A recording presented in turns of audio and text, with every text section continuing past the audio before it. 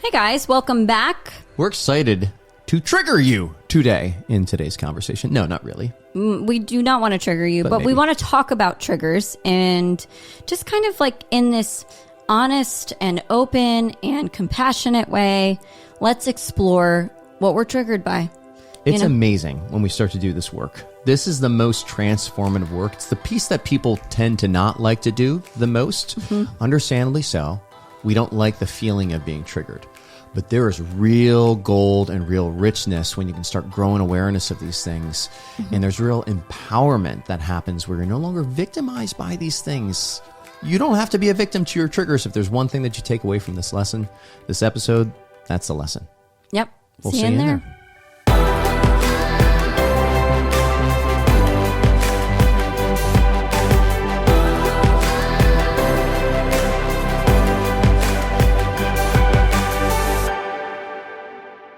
Hey guys, welcome back to the Catholic Coaching Podcast. Matt Ingold here. And I am Erin Ingold. Hey, we are mindset coaches here, Catholic mindset coaches, but also we are strengths coaches, and we love helping people to discover God's unique plan for their life. That's what we're doing here today, so we invite you into this. Today we're going to be talking about external triggers. It's one of the points of awareness in our unique design pillars. So we got our unique design, unique mission, unique battle pillars. And in fact, we have triggers also in that unique battle pillar. Those are internal triggers. Here we're focusing on external triggers. So internal, a little bit more of emotions or maybe even some thoughts that are kind of coming up there. External triggers are the things that are happening outside of us that cause us to react in fear. And that we can't control. Usually it's our environment. Well, sometimes we can change things in the environment, but we can control how we respond to the triggers. That's right. Here. That's right. Yep. That's right. Yep. So their environment, other people's behaviors, external circumstances that tend to activate you into fight, flight, or freeze, or aversion of some sort. You're just like, I don't want to be around it. That's what an external trigger is. Yeah. So if you ever found yourself kind of reacting in a way and then like 10 minutes later, you're like, oh, why did I do that? Like, why did I react the way that I did? I hurt that person. I hurt myself. Or like, how do I repair this? And now you're in repairing mode. If you've ever felt yourself in that before, join the club, right? We all have these things that trigger us, and it ties back to our unique design, because in our unique design, we tend to place different priorities of values. We place different values on things. Some people really value quiet time. Some people really value collaboration with other people. Some people really value hosting. Some people really value getting things done. And when we perceive an obstacle to the value that we desire, oftentimes we can respond in fear, right? And when we just react out of fear, we're not reacting out of love, and we tend to not show up as our best selves. Okay, so here, when we become aware of these triggers and the situations, the external triggers here, the situations that can kind of be trigger-rich environments for us, yes, we can actually go into those environments with a game plan, so we're not just reactive, right? We can actually be very proactive, and we can stay in the best version of ourselves rather than defaulting to the crazy person. Right, and if we do default too, we can also kind of give ourselves a little bit of compassion. Yes. And just be like, oh, that's why I reacted. This was a trigger of mine. Yeah. Not to blame it on the trigger, not to blame it on the thing that's outside of you. We don't want you to do that, but we want you to just become aware. Yep. I know growing in awareness of even recently here. So I tend to overeat, right? And it happens on Sundays. It happens when I'm with family. And so like I know I'm in the kind of this, that's like a trigger-rich environment when there's different types of food that's there, and it's just like I have this kind of entitlement thought that's like, oh, it's the Sabbath, celebrate, feast, and just not necessarily understanding how to feast really well. But one of the things that I noticed here recently on this past Sunday was I made a whole bunch of potato salad, right? And one of the things that I hate is waste, and I really value efficiency. It's something that really motivates me. And so when it was Sunday afternoon and the potato salad was sitting there. Now, meanwhile, my mom's a carnivore. My sister's also on this carnivore diet.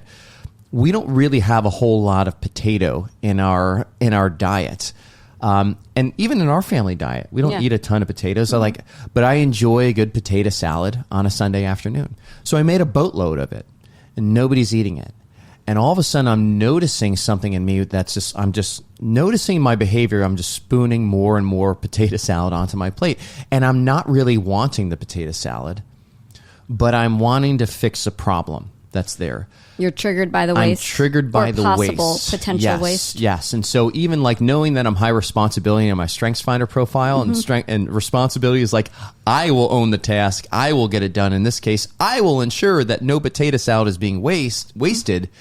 What's happening now is my solution to that is I'm just overeating. And I feel like I'm solving a problem here, or I'm protecting something that I love, efficiency, or avoiding something I hate, wasting food, but I'm doing it in a very gluttonous, disordered way. It's actually not getting to the root of the problem, which is maybe next time before I make the dish, I actually consider if there's going to be somebody that actually wants to eat it, and it's going to be something that I'll keep and we'll be able to eat it the next couple of days. So like that was kind of a recollection, even going back and identifying that trigger. And it's like, okay, I identified that I'm triggered by wanting to avoid the waste, and this is how I'm reacting. Now, what's something that I can do to avoid that trigger in the future? That's what got my strategic in line to like where I'm not triggering this responsibility. And now it's like, okay, well, I made a meal plan. You could say we're going to make smaller portions of potato salad. Yeah, you could say what's something I could do, and I would go in there as a mindset coach and be like, what's something else you can think in that? Because every single one of these external triggers are judgments of things outside of you. Right. So they're all thoughts. They're all thoughts that you can work on and actually start to change. For me, a trigger for me is, now this is perception too, being around and being in negative conversations. I literally just worked on this morning. Good. But being around negative conversations. And I realized that I had this association with what a negative conversation was. And I challenged that. I was just like, what is this? Like, what is it? Like, and could we think about this in a different way? And I could, right? So sometimes negative conversations are what didn't work.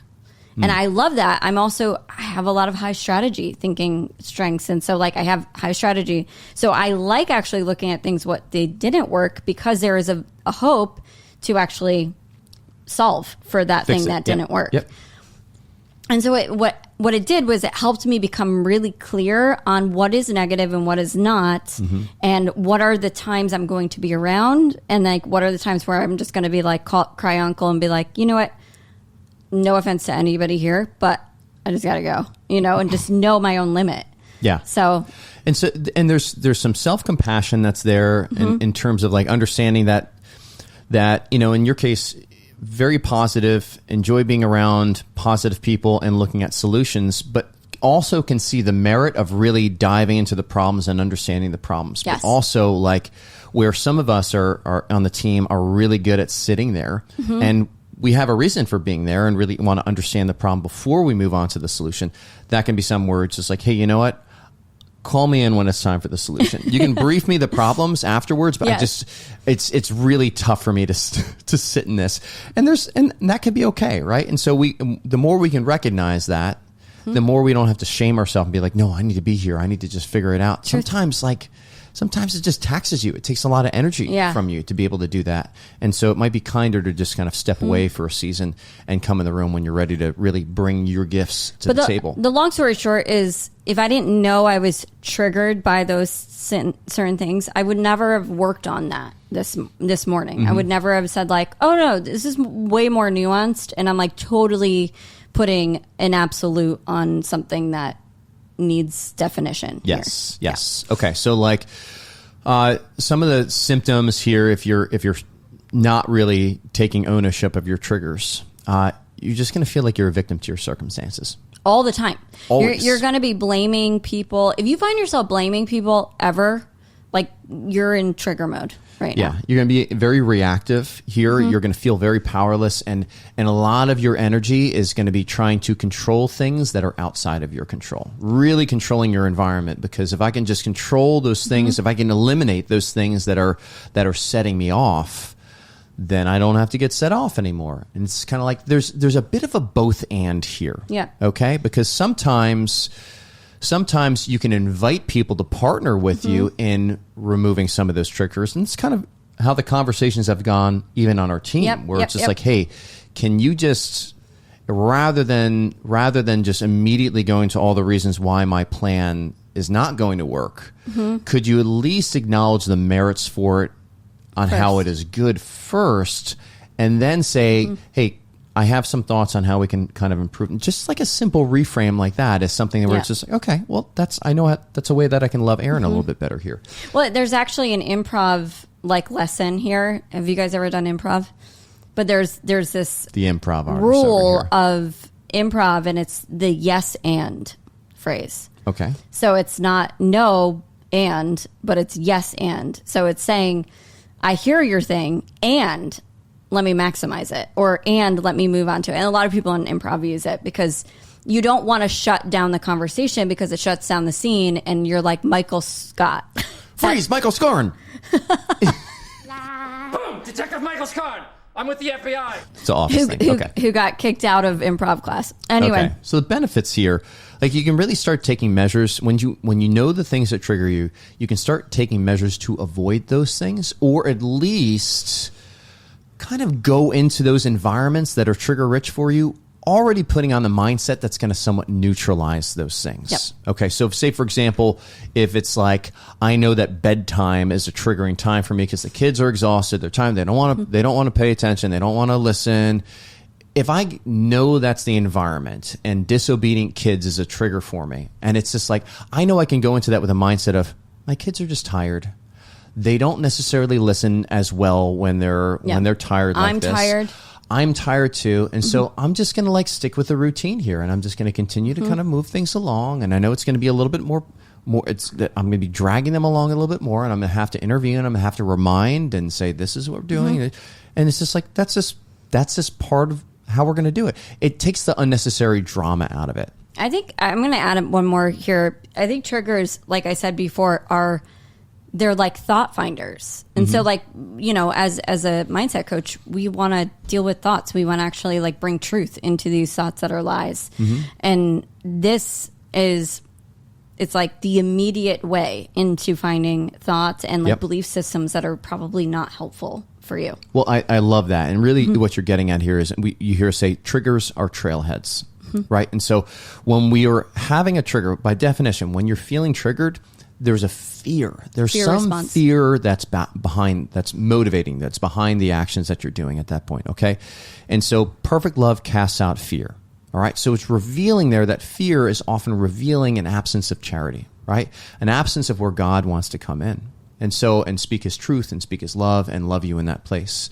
And so we want to not just eradicate the triggers, but lean into those triggers a little bit, okay?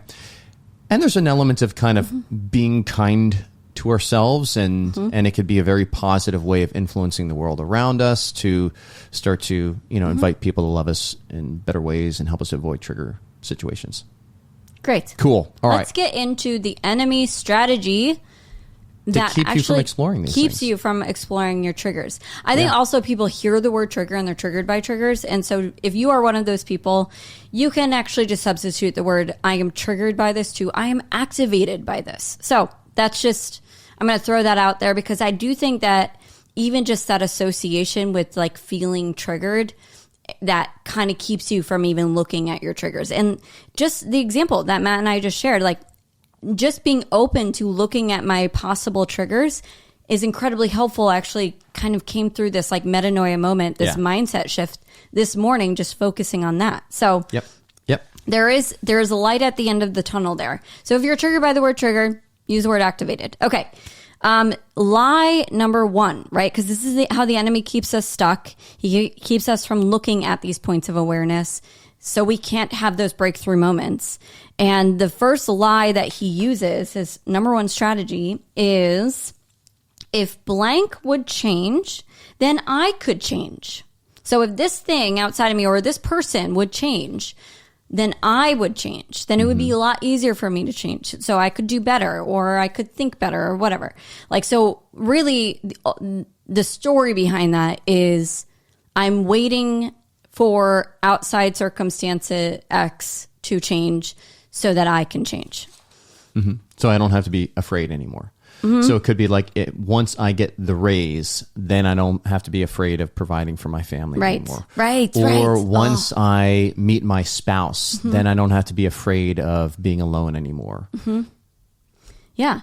It just puts a lot of drama powerless on this situation. Yeah. And you're abdicating everything that's actually in your responsibility. You're abdicating it over to somebody. Like, can you imagine standing up at the end of your life, standing up before Jesus, and you were just like, I was just waiting for all these things to change. Like, how would he respond to that? Like, so you're not a saint because you were waiting for everybody else to change their behaviors? It begs the question, like, what is in your control that you can have right now? And so this is what happens. This lie, what it does is we abdicate the things that are our responsibility, that are in our control, and we just kind of abdicate it, which means we just let it go, and we don't engage it, and we don't do the things that we can do right now in our given circumstances. And it's just very powerless. You feel very powerless. You are like that victim to your life. You're just reacting to your life. There is a saying, and I love this saying because it's so empowering, but it's like, life is 10% of what happens to you, 90% of how you react to it. I know you guys know this one, but and what you choose to do with that 10%. What is it that you choose to do? How do you choose to think about that? How do you choose to react to it? Now, we've just brought in choice, where before we were just abdicating all of our choices over to some external circumstance. But we're just, I don't know, we're out of control there. So we are responsible for how we feel. We're responsible for how we react. We will be held accountable for those things. We will be responsible for how we think about how other people are acting. And this is like good and bad news because it's good news because, wow, it's actually very empowering to realize if the Lord is calling me to be responsible for this, he's also given me tools and the ability to do this, which is very hopeful. Yeah. But it's kind of bad news because you're like, I've lived my whole life just reacting to life. Yeah, and you just get used to staying in the state of being triggered, right? And which means you're being used to staying in the state of fear, which is the opposite of love. Or like it actually is, you can't be afraid and loving at the same time. Fear, you're going to be closing yourself up. Loving, you're opening yourself up. So it really is just keeping the person in a perpetual state of fear. It does something to our physiology, and the evil one knows this, which is why it's like, how can we stoke the fire in terms of more anxiety, more stress, more like sympathetic responding of the person, where it gets that fight or flight going, and how can we just keep somebody in a perpetual state of being triggered? Okay, if that's you guys, we're here to help you break out of that. Yes. And honestly, I'm going to get really fiery about this because I think this skill, if you are a Catholic listening to this podcast, if you're not a Catholic, if you're a Christian or anyone listening to this podcast, I think learning this skill of knowing how to own what is yours and how to release what is not yours will save the world. I mean, guys, we are in such a triggered victim culture right now. Whoever's the biggest victim wins type of thing. And it's just, this is self-ownership. This is self-possession, like what John Paul II talked about. Yeah, this is the hero journey. Yes. So this is everything. I think this makes the greatest impact. So when something happens, somebody's thinking some way or doing something, pause and say, how do I want to respond to this? Do I need to pause? Do I need to pause all of my plans because this person is doing this thing or this person isn't doing this thing? Do I need to pause all my plans? Yeah. So the real truth here, folks, is like we are responsible for how we respond to these triggers. Like, yes, just because we have a reaction that's there, that's a habit that we can... That can change. That can change. Yeah. In this case, it's a vicious habit. It's a vice, right? A vice is a habit that leads towards something evil, right? We can change the way that we react. It does take some work. It does take some breathing from time to time, some separation, creating some healthy space. It does take some reflection and recollection. It does take some journaling. Does take some coaching, maybe some therapy to be able to get into that place where you can be in that same exact environment and you're not stuck going to that default reaction. There's a real, but your will is engaged. right? And there's a way to be able to cultivate this, guys. And there's real freedom on the other side of this. So that's my desire for you is to experience this freedom, because it's made all the difference in our lives, in our marriage, in the way that we communicate, in the way that we parent, in the way that we coach people, in the way that we approach business, all of those things, even the way that we pray, you guys. So it's a really beautiful skill that again, can't say it enough. I think it's going to change the world. Okay. What is their counter strategy, Matt? I love this one. Right. I love this question, and we're going to test you. It's just reflecting on how you respond to this question. Okay, so here's the prac. How do you catch a cold? Answer that question. Answer that question. How do you catch a cold? You want to tell them why that's important? Well, really, I think what it does is it helps you, how you respond to that helps you identify whether you are taking responsibility for your part in catching the cold, right?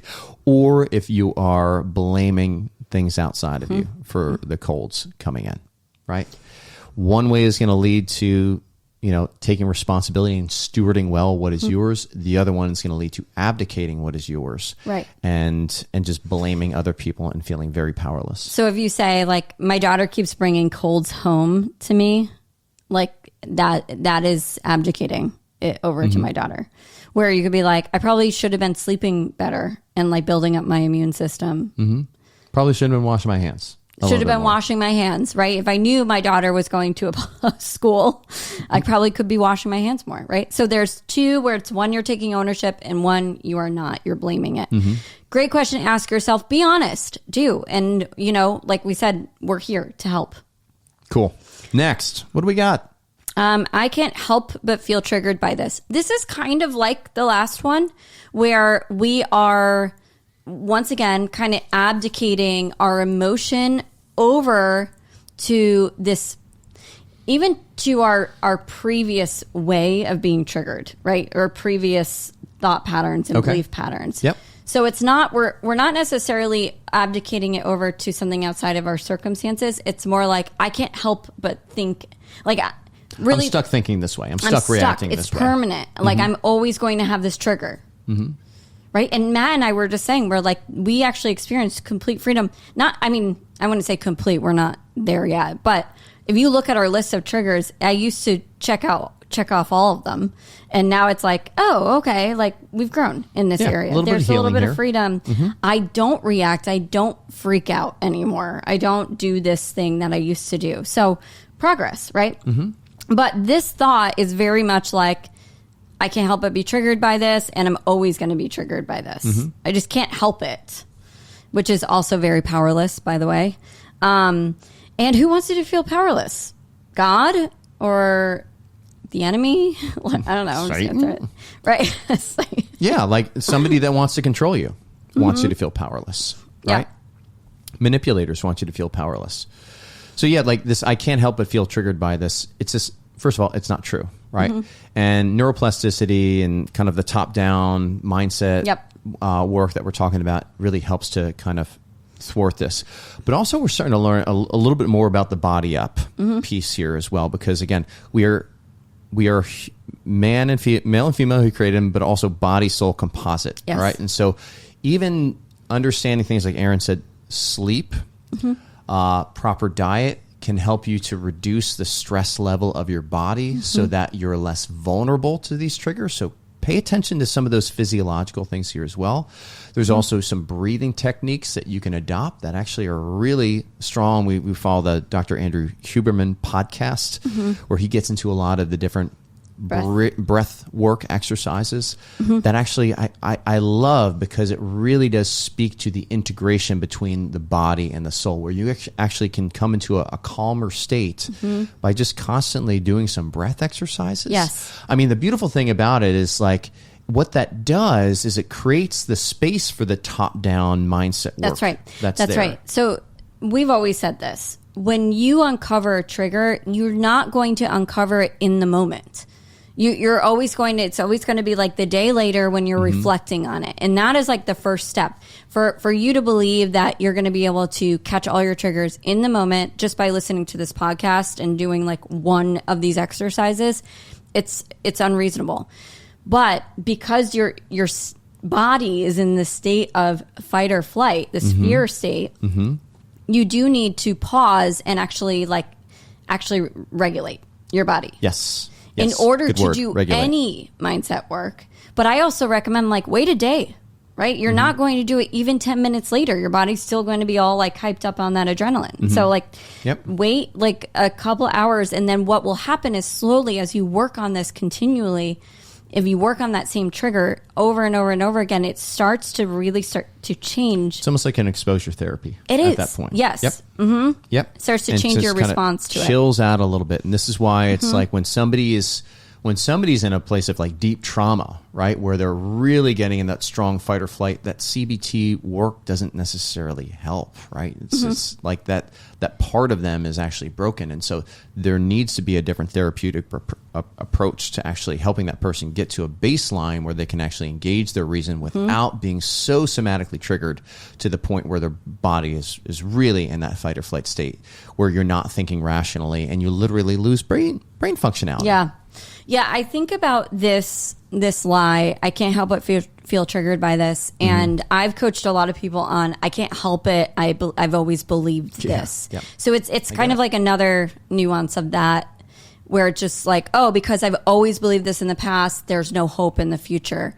And of course the enemy would want you to be thinking that. But also like you were saying, there is such a thing as neuroplasticity. You can change the way that you think.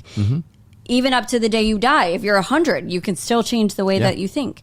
Yep. And so there's hope here. And that's really what we're here to tell you. That the truth is that, yes, you actually can help but be triggered by this. You can actually move out of that trigger response. Now, and dampen it over time. It's not going to happen overnight. And I want to be very clear on that. But there is a process of doing that. And we've both experienced it in our own lives, and we teach people how to do that. Yep. But I'm going to give you guys a couple of applications just to write down, and you can do this in your own journaling. Think of a recent example of when you were triggered or activated, right? We could have been just using this word trigger, but think of a recent example and ask yourself, how did I act in that example? And maybe it was exterior. Maybe you were yelling at somebody or, I don't know, running away. I'm more of the avoidant type, so I'll just run away. Running to the pantry. Yes, or run into the pantry. Scrolling, running to social media. Yes. Yep. How did I act? Or maybe it's internal. Maybe you were I don't know, having ruminating on a conversation or something. So how did you act? Why? What were you feeling right before you acted? What were you feeling? What was that emotion? It was probably something to do with fear, because we've been saying this. Triggers have a lot to do with fear. Yeah. So it could be defensiveness. I'm looking at our wheel right now. So it could be defensiveness. It could be some sort of resistance, dread that's there. Could be some panic, worried, intimidated, suspicious.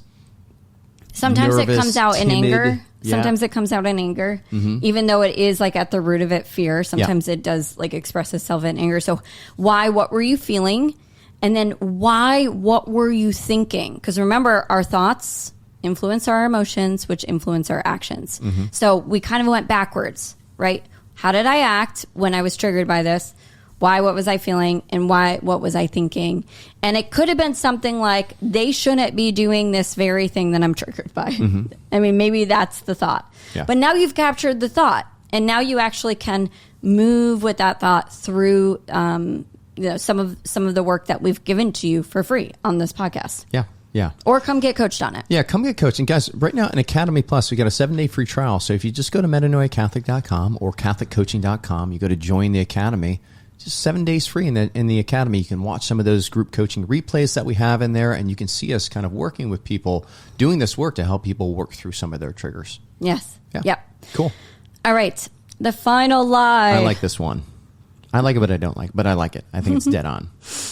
This shouldn't bother me so much. This trigger shouldn't bother me so much.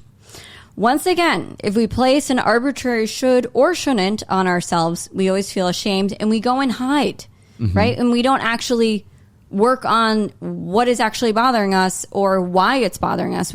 It's a very unreasonable type of shame. It's like just kind of this blanket statement. This shouldn't bother me so much.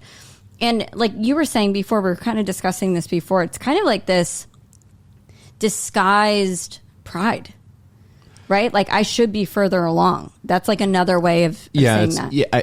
Thank you for bringing that up. Yeah, it really is. It's not acknowledging the fact that you are afraid in that moment, which means there's an absence of charity, perhaps, that we need to explore here, because those triggers are trailheads. And so when you say, I shouldn't be triggered by this, you don't go down that path and get curious about why you're triggered by it. I mean, and sometimes you might go down that path and say, well, this thing that I value is being threatened by this. And maybe there is a little bit of a reality that's there. And maybe, therefore, you need, the Lord is calling you to address that with whatever's going on. Or maybe it's just a perception that the thing that you value is being threatened. Yep. And it's just kind of doing some of the work that we just talked about, like taking that through what we call the reason cycle, where we can identify, is it really the case that this is happening? Or is it just a perception? And a perception shift can actually dampen that trigger that's there. But again, the reason why we have triggers as a point of awareness in our unique design is because we tend to value different things. Like it just is like there are certain things that I value that Aaron doesn't necessarily value as much as I do. And so because I place a premium on those things, like efficiency is the one that I talk about all the time, because I place a premium on those things that I perceive as a threat to efficiency activate me or trigger me a little bit more, where they don't necessarily trigger Aaron or other people or perhaps you. So it points back also to those things that you value. And those things that you value, when they're really, truly good, oftentimes the Lord wants to kind of explore these things. And he might even be inviting us to consider, okay, how can you create an environment that preserves this thing that you value and invites other people to partner with you and preserve this thing that you value a little bit more? Yes. And you can't explore that when you're like shaming yourself. You're just shaming yourself, right? It just takes any sort of curiosity You completely like close that box of exploration. Like, Lord, what is the need or the desire that is not being met in my life? Or what am I actually afraid of? Is it reasonable that I'm afraid of this? Is that creating some type of like, or is that helping me explore things that I value that maybe I've never said out loud before, right? And so this is another point I want to make here. With this sentence, this shouldn't bother me so much. This trigger shouldn't bother me so much. It's not the fact that you're bothered by this thing that's the problem. It's the fact that you're placing the shame on yourself that's closing the exploration box. That's the problem. And when I say exploration box, that's where we go with the Lord, right? So like he can't actually heal you. He can't actually bring restoration to this mindset, to this belief, or this emotion that you're feeling until you bring it to him. Yeah. So be honest. I think that's really like the truth, and getting into the counter strategy here is like, we want honesty. The Lord wants honesty. And when we say this shouldn't bother me, what it tends to do is buries it, like Aaron was saying. We tend to be dishonest. We don't look at it. We don't acknowledge what's going on here for whatever reason. But the honesty, that honest place, folks, that is the beginning of the real growth journey. It's something very humble to do that. And Aaron said it's a false pride to be like, this shouldn't bother me. I'm further along here. But there's something that's very humble being like, okay, here I am. All right. Here I am again. I'm kind of like activated by this thing. I'm triggered by this thing. All right. Now what are we going to do? Just acknowledge that that's facts. Like I'm being activated right now. Yeah. Okay. So what are we going to do? Are we going to continue to perpetuate the cycle, or are we going to get to the bottom of this and explore it even with a coach, even with a therapist, even with a friend, even with the Lord in prayer? Like just dive into that and get curious. Yeah, I think the counter strategy here is just to pray and to actually ask yourself in prayer with the Lord, why does this trigger me? And you can't say, I don't know. So take an educated guess. And you could also even add in, like, what is this telling me that I value? What is this telling me that I'm trying to protect? Yep. Those are some other questions to ask, because that is like the actual counter approach to this, where you're really tempted to go and hide the fact that you're triggered by this from the Lord. Now we just go right into it. It's like that exposure therapy that you're saying, like, let's look right at it. Why am I triggered by this? Yeah. And here's the thing, folks. When we react, and the behaviors that come from being triggered or being reactive, we think that they're going to be fixing something or they're going to be protecting something. But when you actually take a step back and you look at the fruits of those actions, they tend to actually cause the very thing that you're trying to avoid. Yeah, or perpetuates it. Or perpetuate it, or sabotages it a little bit more.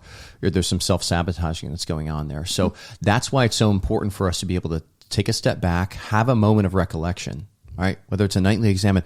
Guys, do a nightly examine. It's so important. Or do a morning examine, or grab our mindset journal, which is based on that Ignatian examination of conscience, to be able to look back at these things and at least retroactively identify what was going on, so that in the future, when you're in that same exact situation, you're a little bit more equipped and empowered to choose the new way that you want to address that same situation. Can I just speak to what you just said, what you just shared? You're like, it's usually the thing that we end up creating when we're trying to avoid it. Do it. So we'll use this example. This shouldn't bother me so much. When we think that thought, then we're actually becoming bothered by the fact that we're bothered by something. So we're actually bothering ourselves more by trying to avoid it. Ha!